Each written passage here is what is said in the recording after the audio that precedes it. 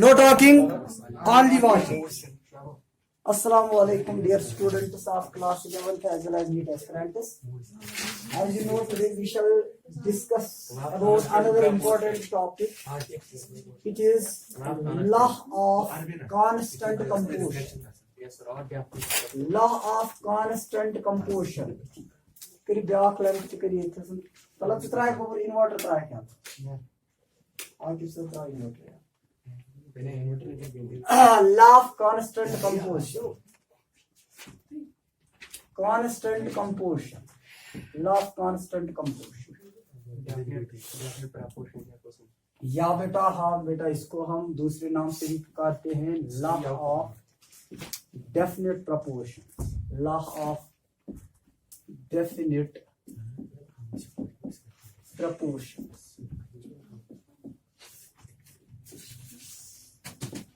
Law of definite proportions or law of constant composition. Clear?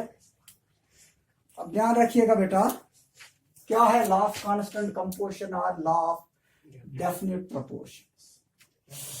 बेटा जो law of constant composition सबसे पहले अगर हम यहाँ पे जानना चाहेंगे this law was first proposed by this law was first proposed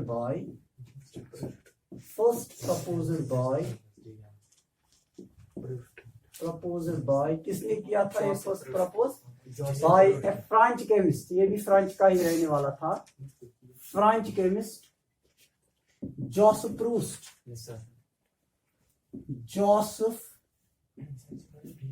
Joseph Proust. और कब किया था इसने? Joseph Proust 1799.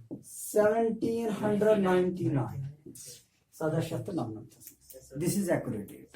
अगर तो मे बी यू गसन डेट छ हकन वेरी करियो. लिसन मी तो अगर वुचु ना कुनी रेफरेंस लिसन मी भाई आपके पास ध्यान रखो आपके पास बहुत सारे रेफरेंसेस होगी. कोई प्रेगीपुस कोई अग्रवाल कोई नहीं मॉडर्न एबीसी पे आप देखोगे 1799. लेकिन मे बी यह कि डेट गई वैसे ये डेटस ज्यादा कम इंपॉर्टेंस. ध्यान रखिए. This law was first proposed by French chemist Joseph Proust in 1799. तो बेटा इसने क्या बताया? According to him, please pay attention. According to him, इसके मुताबिक इसने बताया a pure chemical compound, a pure chemical compound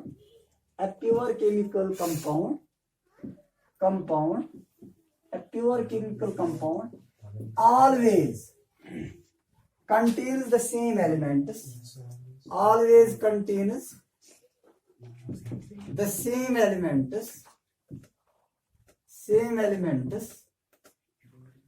combined together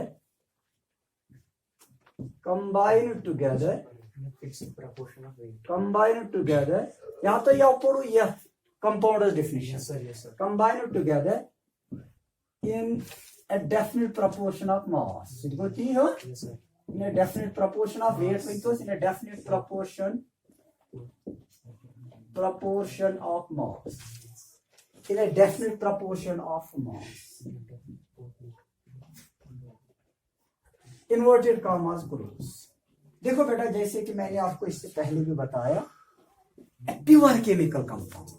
जैसे हम बात करते हैं वाटर की. Water is a pure chemical compound of hydrogen and oxygen. या हम बात करते हैं बेटा कार्बन डाइऑक्साइड की. Carbon dioxide as you know that is a pure chemical compound of carbon and oxygen. तो ये जो ये प्योर केमिकल कंपाउंड्स होते हैं तो इनमें क्या होता है? Pure chemical compound always contains the same elements. इनमें हमेशा सेम एलिमेंट्स रहते हैं combined together in A definite proportion of mass. मतलब बेटा जैसे कि यहाँ पे अभी हम दिखाने जा रहे हैं फॉर एग्जाम्पल जरा ध्यान रखिएगा. कार्बन डाइऑक्साइड की हम बात करेंगे. लास्ट टाइम भी बेटा मैंने आपको बताया था कार्बन डाइऑक्साइड हमें बहुत सारे सोर्स से मिलता है. कार्बन डाइऑक्साइड बेटा एक सोर्स या यहाँ पे हम लिखेंगे सोर्स ऑफ कार्बन डाइऑक्साइड. हमने यहाँ पे मेंशन किया कार्बन डाइऑक्साइड तो यहाँ पे लिखिए सोर्सेस ऑफ कार्बन डाइऑक्साइड यानी कि where we can get this carbon dioxide. बेटा एक सोर्स तो ये है. एक पार्ट में हम लिख सकते हैं carbon when combined with oxygen it can give us carbon dioxide. तो सिंपल यानी कि कार्बन जो तो पाई यह रिएक्ट कर ऑक्सीजन से generally carbon dioxide can get form. दूसरा बेटा आपको मालूम है हमारे पास क्या होता है अशुद्ध पाई CaCO3 होता है, जैसे कल मैंने दिखाया एक रिवर्सिबल रिएक्शन में, तो यह हमें देता है CaO प्लस CO2। ध्यान रखिएगा CaCO3 यानी कि कैल्शियम कार्बोनेट हमने लिया, upon heating it gives up calcium oxide and carbon dioxide. तो बेटा यहाँ पे आपने कोल बर्न किया इन प्रेजेंस ऑफ ऑक्सीजन तो कार्बन डाइऑक्साइड बन गया। यहाँ पे आपने लाइमस्टोन लिया या मार्बल लिया तो उसको आपने हीट दी तो वहां पे कैल्शियम ऑक्साइड और कार्बन डाइऑक्साइड बना। One more reaction that I am going to show here. आप बेटा इसको ले लीजिएगा, क्या कहते हैं इसको, नहीं इसी को CaCO3 को, लेकिन इसको आप HCl के साथ भी ट्रीट कीजिए 2 टाइम्स HCl। जरा देखते हैं यहाँ पे क्या बनता है CaCl2 कैल्शियम क्लोराइड प्लस बेटा यहाँ पे बन जाएगा H2O। जरा रिएक्शन को बैलेंस कीजिए प्लस कार्बन डाइऑक्साइड। यहाँ पे ध्यान रखिए ये कैल्शियम कार्बोनेट है, इसके साथ मैंने ट्रीट किया हाइड्रोक्लोरिक एसिड, तो यहाँ पे क्या बना है Ca, यहाँ पे 2 Cl को ले जाएगा, ये बनाएगा CaCl2 जिसको आप बोलते हो कैल्शियम क्लोराइड। फिर बेटा यहाँ पे 2 हाइड्रोजन और इसका एक ऑक्सीजन चला जाएगा एज ए बॉन्ड, तो फिर नीचे यहाँ पे फिर क्या बचेगा, यहाँ पे C और 2 oxygen that is CO2। Clear, आसान था।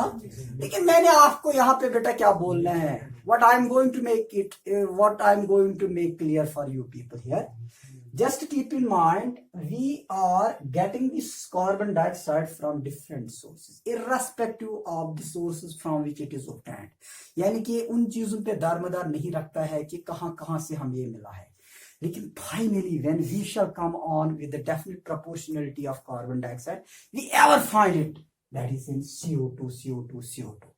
तो बेटा ये जो ये CO2 जैसे कि मैंने लास्ट टाइम भी मेंशन किया था, इस रेशो में हमें मिलता है, एक डेफिनेट प्रपोर्शन में मिलता है। कार्बन का अगर आप देखेंगे 3:8, यानी कि पूरा अगर हम दिखाना चाहेंगे कार्बन का 12 ऑक्सीजन का 32। क्लियर, एक ऑक्सीजन का 16 है, 2 का तो 32 हो जाएगा। तो बेटा ये होगा 3:8, यानी कि 4 3s are 12 और 4 is are, तो 3:8। बेटा यही चीज मैंने आपको क्लियर करना था, जरा कमांड विद डेफिनेशन। यही चीज हमें इस लास्ट से, या आप कहेंगे बेटा जो कांस्टेंट कंपोजिशन है यहाँ पे, इससे हमें यही सीख मिलती है कि finally we come on the very conclusion that is carbon dioxide that is always obtained with a proportion of 3:8 irrespective of the sources from which it is obtained। वरना हम देखेंगे यहाँ पे हमने कोल बर्न किया इन प्रेजेंस ऑफ ऑक्सीजन तो यहाँ पे कार्बन डाइऑक्साइड बना है, एक सोर्स से बना है। यहाँ पे हमने कैल्शियम कार्बोनेट को डिकम्पोज किया है अपॉन तो डिफरेंट सोर्स से मिला है। लेकिन बेटा डिफरेंट सोर्स से मिलने के बावजूद भी जो इसमें रेशो है, रेशो में कभी कोई चेंज नहीं हो जाएगी। That is why this law is known as law of constant composition। जब भी कोई कंपाउंड बनता है उसमें हमेशा एक कांस्टेंट कंपोजिशन रहती है और उस कांस्टेंट कंपोजिशन में कभी भी कोई चेंज नहीं होती है। क्लियर, हाँ। Similarly we can take the case of the water. जैसे बेटा मैंने लास्ट टाइम भी आपको बताया, water as you know that is obtained from rivers, that is obtained from dams, that is obtained from wells, that is obtained from oceans। तो different source से ये भी हमें मिलता है। लेकिन जैसे मैंने आपको लास्ट टाइम भी बताया, अगर आपसे कोई ये पूछेगा वाटर की केमिकल फार्मूला क्या है, that is always H2। You can never say it is H3, it is H2। जब ये H2O है तो बेटा इसमें कौन सा रेशो है, 2:16, तो बेटा विच इज इक्वल टू 1:8। तो ये 1:8 it is for ever for water irrespective of the source from which it is obtained. तो ये गोबर मिल गया। तो वाटर कहां से भी क्यों ना मिले हमें, लेकिन बेटा इसमें हमेशा कांस्टेंट कंपोजिशन रहेगी। क्लियर, इसमें कोई चेंज नहीं होगा। हाँ वहां पे वो इसकी फिर वो ध्यान रखो बेटा, वो इसकी थोड़ी सी आगे आप देखेंगे वो इसकी लिमिटेशन फिर बन गई। अगर आप देखेंगे जो आइसोटोप्स में हम देखते हैं वो तो इसकी लिमिटेशन बन गई, वो हम आगे देखेंगे। लेकिन फिलहाल अभी बेटा हम डिस्कस कर रहे हैं कि अगर आप वाटर लेंगे, वाटर में आप क्या करते हो, जैसे आप ये लेते हो D2O को हम बोलते हैं ड्यूटेरियम ऑक्साइड बोलते हैं, हेवी वाटर भी इसको बोलता है। तो यहाँ पे अगर आपको मालूम होगा, लिसन में जो ये ड्यूटेरियम ऑक्साइड है ड्यूटीरियम ऑक्साइड ये हेवी वाटर है। हाँ बेटा, लेकिन जब हम बात करते हैं H2O की, H2O तो प्योर वाटर है आपको, लेकिन इसमें आपको हमेशा एक फिक्स्ड प्रोपोर्शनलिटी मिलेगी, दैट इज 1:8। अब आगे हम जाएंगे, प्लीज पे अटेंशन। ये सब चीजें आपने दिखाई बेटा, ये होगा तो ये काम। हाँ ये हावन सहाय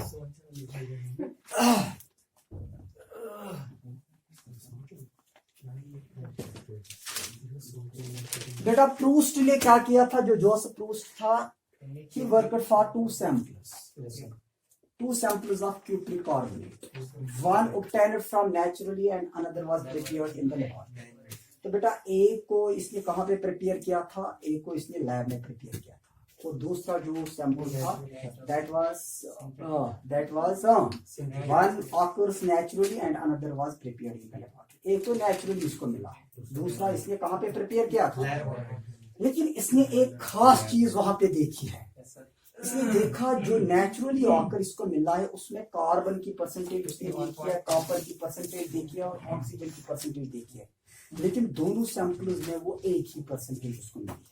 और वहां पे भी इसने ये क्लियर किया है कि वाकई में, वरना इसने जो नेचुरली आकर इसको हुआ था तो उसमें अगर 1% मिलती, या दूसरा जो इसने प्रिपेयर किया था लैब में उसमें अगर कोई दूसरी परसेंटेज मिलती, तो शायद हम ये कहते कि ये लॉ ऑफ कांस्टेंट कंपोजिशन नहीं है, लेकिन उससे भी इसको ये ज्यादा क्लियर हुआ कि definitely it is law of constant composition. ध्यान रखिएगा, इसको हम थोड़ा सा ज्यादा क्लियर करने जा रहे हैं यहाँ पे।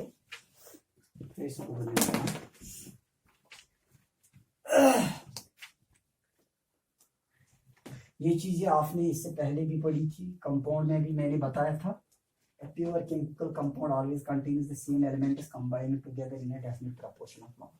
ये बोला था। yes, sir।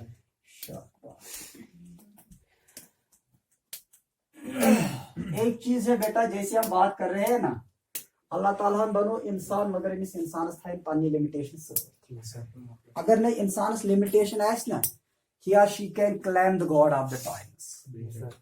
तो पाई नीव गुबरन फिरावन नीव तुम तिम क्या दपान सह गड़ त्रावन हर कुन सो तोड़ वसान बुझित पे तिम लुकन दान दिव नजर कूत मे ताकत, मगर खुदा मंदछान, मगर स्टिल बेटा जो भी ह्यूमन्स है इनमें अल्लाह ताला ने कोई ना कोई कमी रखी है। अब ऐसा कोई भी कॉन्सेप्ट नहीं देखेंगे, चाहे वो फिजिक्स का कोई कॉन्सेप्ट हो, केमिस्ट्री का कोई कॉन्सेप्ट हो, या बायोलॉजी का कोई कॉन्सेप्ट हो, जो 100% परफेक्ट कॉन्सेप्ट हो, जिसमें कोई लिमिटेशन ना हो, ऐसा तो हो ही नहीं सकता। क्योंकि हर जगह आपको ड्रॉबैक्स आगे मिलेंगे। अब ध्यान रखिएगा, यहां पे आप लिखेंगे Proust worked for two samples, Proust worked for two samples, two samples, ज सैंपल नहीं है, टू सैंपल्स, किसके सैंपल्स थे, of cupric carbonate, cupric carbonate one occurs, एक बेटा इसको कहां मिला है, वन ऑकर्स नेचुरली, हाँ वन ऑकर्स नेचुरली, लेकिन बेटा जो दूसरा सैंपल था one occurs naturally and other was prepared in laboratory.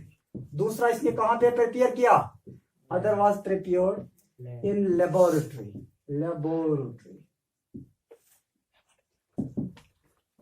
तो Proust worked for two samples of cupric carbonate, one occurs naturally and other was prepared in laboratory. Finally he found that इसने क्या देखा, finally he found that both the samples दोनों samples में बेटा क्या था, both the samples possess constant composition, constant, हाँ same भी लिख सकते हैं, सेम या constant composition of elements, constant composition of elements, बेटा ये क्लियर है यहाँ तक? ध्यान रखिएगा। इसने क्या किया ये हमने यहाँ पे दिखाना है। One occurs naturally and another was prepared in the laboratory। तो यहाँ पे हम इसको ऐसे दिखाएंगे।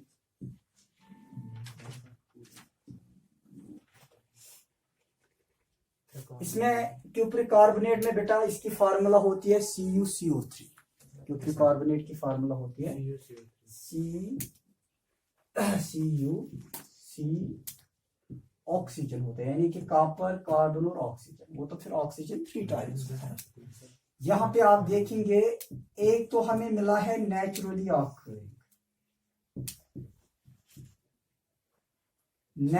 ऑकरिंग क्यूप्रिक कार्बोनेट, ठीक है बेटा।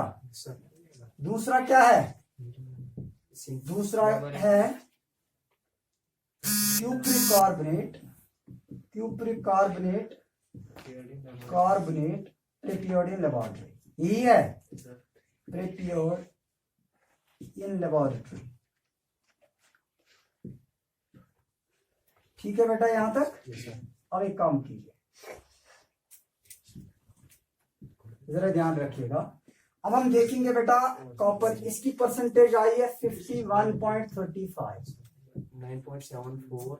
हाँ बेटा इसकी आई है 9.74 और इसकी आई है 38.91। आप देखेंगे इसको मिला के आपको आ जाएगा 100%। क्लियर? अब देखिएगा बेटा, ये तो बेटा जब इसने देखा था नेचुरली ऑकरिंग क्यूप्रिक कार्बोनेट, लेकिन जब इसने किस पे वर्क किया है, जो इसने अब प्रिपेयर किया है लैब में जो कॉपर इसको मिला था उसमें भी यही था 51.35, 9.74 और बेटा 38.9। तो यहाँ पे हमें क्या चीज क्लियर होती है, जब भी कोई कंपाउंड बनता है उसमें जो कंपोजिशन होती है एलिमेंट्स की वो हमेशा कांस्टेंट या आप कहेंगे सेम रहती है, उसमें कोई चेंज नहीं आती। अगर यहाँ पे किसी वैल्यू में कोई चेंज आ जाती, वरना बेटा ये टू डिफरेंट अगर देखेंगे सैंपल तो एक है but one occurs naturally and another was prepared in the laboratory. तो देखेंगे दो डिफरेंट सोर्सेस से हमें ये मिलते हैं, एक नेचुरली मिलता है हमें और दूसरा हम लैब में प्रिपेयर करते हैं। लेकिन फाइनली जब हम देखते हैं percentage of the elements in these two compounds that comes out as the same value. Clear? तो इससे हमें क्लियर हुआ है कि वाकई जब भी कोई भी जो कंपाउंड होता है, कोई प्योर केमिकल कंपाउंड होता है, उसमें जो एलिमेंट्स होते हैं उनकी हमेशा कांस्टेंट कंपोजिशन। क्लियर? अब बेटा नेक्स्ट पॉइंट ध्यान रखिएगा। तो यहां तक हमने ये क्लियर किया है। अब आगे आप ध्यान रखिएगा, आगे कुछ और इंपॉर्टेंट पॉइंट इसमें है।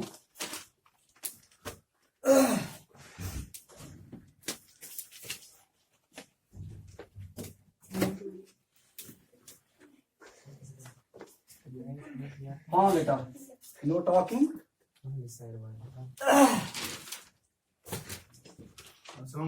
वालेकुम सलाम वरहमतुल्लाहि वबरकातुहू। सब ठीक छो? अच्छा ठीक वलियो अचन गोबर तामत अचन यूर तो वली पत।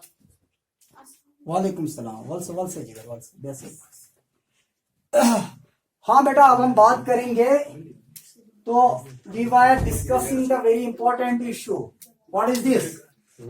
That is law of constant composition. अब बेटा हम एक काम करेंगे, अब हम देखेंगे, हम इस पे एक न्यूमेरिकल करेंगे। Yes sir. क्लियर?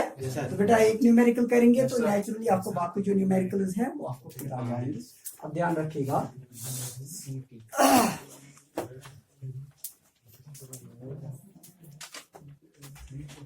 हाँ बेटा, you please underline the example.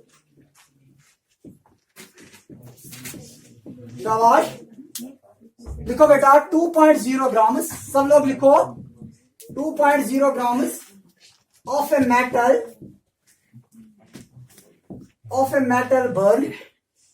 metal burn in oxygen। तो बेटा क्या होता है 2.0 gram of a metal burn in oxygen. जब बेटा हम रिएक्ट करते हैं एक मेटल को एक ऑक्सीजन के साथ तो नेचुरली वहां पे क्या बन जाएगा, एक मेटल ऑक्साइड बन जाएगा। तो क्या बनता है, इन oxygen gave gave 3.2 grams of its metal oxide.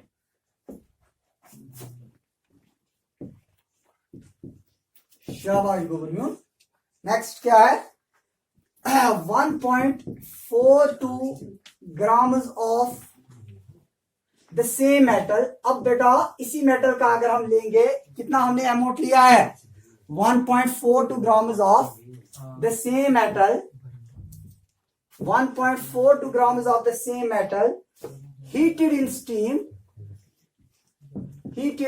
steam, तो बेटा इसको हमने हीट किया है इन स्टीम, गेव, तो बेटा ये कितना मेटल ऑक्साइड देगा? Gave 2.27 grams of its metal oxide, ध्यान रखिएगा, of its metal oxide। बस आपने क्या करना है? Show that the lies in agreement with the law of definite proportion. Show that the law is in agreement, यानी कि ये एग्री करता है किसको बेटा? The law constant composition or the law of definite proportion. Show that the law is in agreement with the law of definite proportions. जरा बेटा ध्यान रखिएगा, बहुत ही सिंपल क्वेश्चन है, आसान क्वेश्चन है। यहां पे अगर हम देखेंगे तो बेटा दो कंपाउंड बनते हैं, जैसे कि आपने ऊपर देखा है 2.0 grams of a metal burnt in oxygen gave 3.2 grams of its metal oxide। तो बेटा क्या होता है, जैसे कि अभी मैंने बताया था 2.0 ग्राम मेटल हम रिएक्ट करते हैं, बर्न करते हैं इन ऑक्सीजन, वहां पे एक मेटल ऑक्साइड बनता है, तो उसका अमाउंट क्या होता है? 3.2 ग्राम्स। और बेटा यही है कि 1.42 grams of the same metal. अब इसी मेटल का हम लेते हैं 1.42 ग्राम्स, उसको हम हीट करते हैं इन स्टीम, तो यहाँ पे बेटा क्या बनता है? मेटल ऑक्साइड बनता है 2.27 ग्राम्स।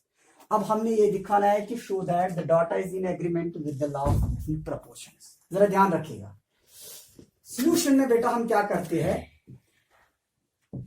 क्योंकि हमें यहाँ पे दो कंपाउंड्स यहाँ पे बन जाएंगे। इन फर्स्ट कंपाउंड, प्लीज बेटा know talking, in first compound ध्यान रखिएगा, फर्स्ट कंपाउंड में बेटा आप क्या लेंगे? यहां पे हम ऐसे लिखते हैं बेटा 3.2 grams of metal oxide, 3.2 grams of metal oxide। बेटा जब 3.2 grams of metal oxide, 3.2 grams of metal oxide, 3.2 grams of metal oxide gave the metal। तो बेटा ये कितना मेटल देता है? हाँ ध्यान रखिएगा, अगर 3.2 ग्राम्स ऑफ मेटल ऑक्साइड है तो बेटा इसमें कितना मेटल हमें मिलता है? Is equal to 2.0 gram. Clear?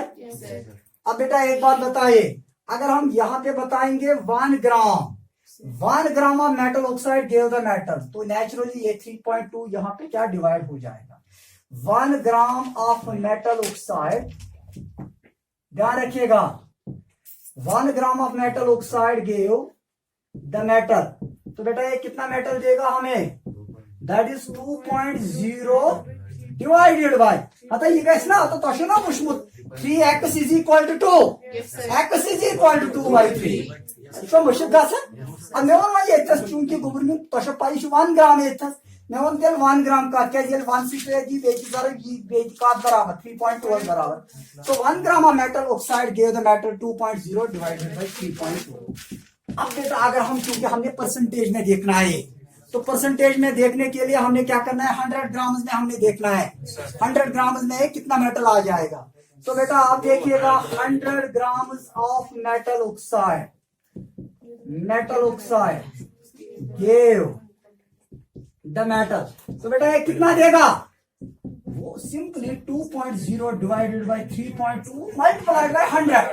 अब भाई आपने यहाँ पे 100 से मल्टीप्लाई किया, तो नेचुरली यहाँ पे भी आप मल्टीप्लाई करेंगे 100 से, क्लियर? हाँ बेटा, अब देखिएगा ये किसके बराबर आएगा, इज इक्वल, हाँ बेटा ये आ जाएगा अगर तो इसका तो पाई भाई 20 ये भाई इसका गवर्नमेंट कूता भाई 2000 divided by 32 which is equal to 62.5 ग्राम।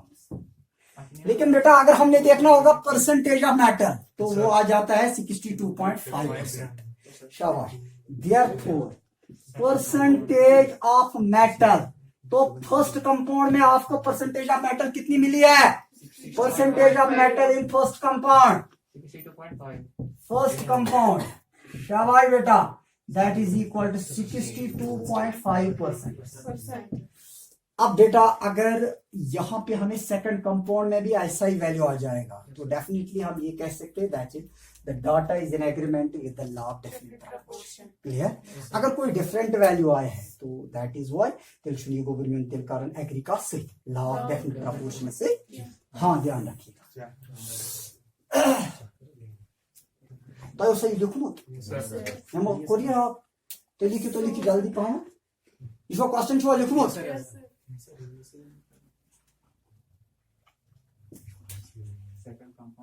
क्या उसमें लिखूं 2. हाँ बेटा 2.0 ग्राम ऑफ मैटर, हाँ नो टॉकिंग ओनली राइटिंग। चलो जल्दी करो।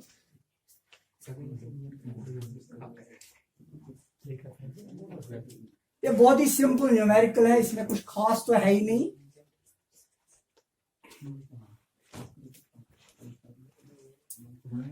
अब मुझे हाँ बेटा ये मिल लिखना इस कालस सुधी में इस कालस सेकंड कंपाउंड खतर क्या नहीं है परसेंटेज 62.55.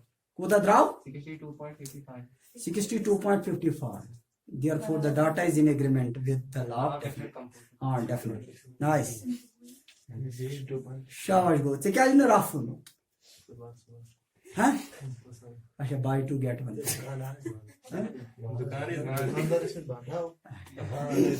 वहीं से पाई को बोलना एक इस चीज़ उस पर दिवन प्रेफरेंस। अगर बच्चे ने कितना भी क्यों ना सीखा होगा लेकिन एक चीज है ना कहीं पे भी थोड़ी भी इंफॉर्मेशन मिल रही है ना उसको बेटा पेन डाउन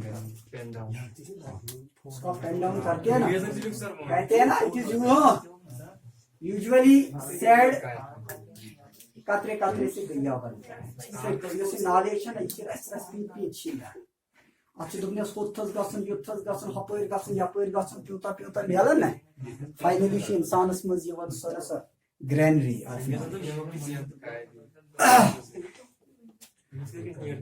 हाँ बेटा अल्लाह ताला सवाल शायद नहीं जैसे ये क्वालिफाई मेहनत करी भाई। मैंने आपको बताया बहुत सारे हमारे बच्चे हैं जिन्होंने घर पे बैठ के क्वालिफाई किया है। बच्चा तो नाम का बड़े पानी पोटेंशियल पाई बूझो इसना हको करती की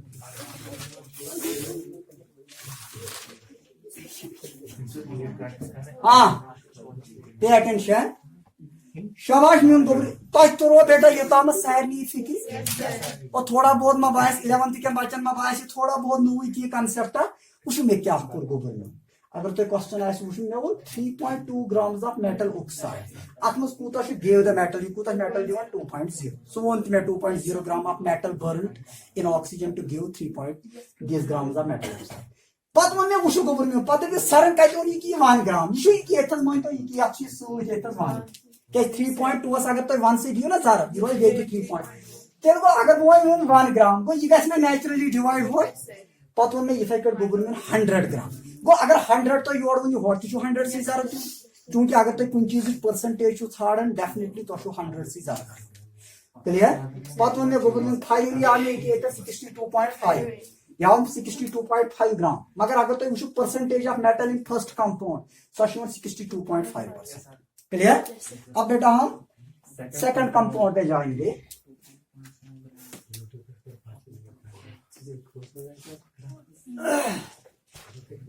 शाबाश गोबरम्यो चलो बेटा आप क्वेश्चन पूरा से कसन दोमिस मज वनियो सा तो मेटल ऑक्साइड कूता ओस शाबाश सुबुतो 2.27 ओसा 2.27 ग्राम ऑफ मेटल ऑक्साइड ये कूता मेटल दिवन मेटल ऑक्साइड म्यून गोबर यह दिवान gave the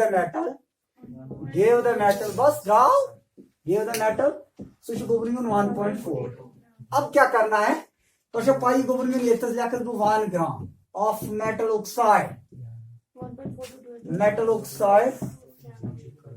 gave the metal कूता सा दिवान मतलब म्यून गोबर वनियो 1.42 divided by goes goबर म्यून 2.27 शाबाश वन वनियो तो 100 grams 100 grams of metal oxide शाबाश गोबर म्यून gave the metal वो कितना देता है मेटल शाबाश सुबह गोबर में 1.42 divided by 2.27 multiplied by 100 इसलिए गोबर में अगर 62.55 सुबह ऑलमोस्ट अगर मैं वन्ना अस्तान तामत कईत्या कदम बह दपस तो तामत हसा 7 कदम अगर 1 आज अप्रोक्सीमेटली अगर गोबर में पतिम आसन 1 सुबह अगर 99 ते आसन वन दे यह गोस ना 10-15 गोस यून अप्रोक्सीमेटली अर्थस वन जन नजदीक आए शाबाश अच्छा तेल वनियो therefore percentage of metal in second compound वनियो गोबर में क्या in second compound 62.55 सुबह गोबर में 62.5% तेल क्या लिखोस hence the law hence नहीं आप ऐसे लिख सकते हैं hence the law is in agreement with किसके साथ with the law of constant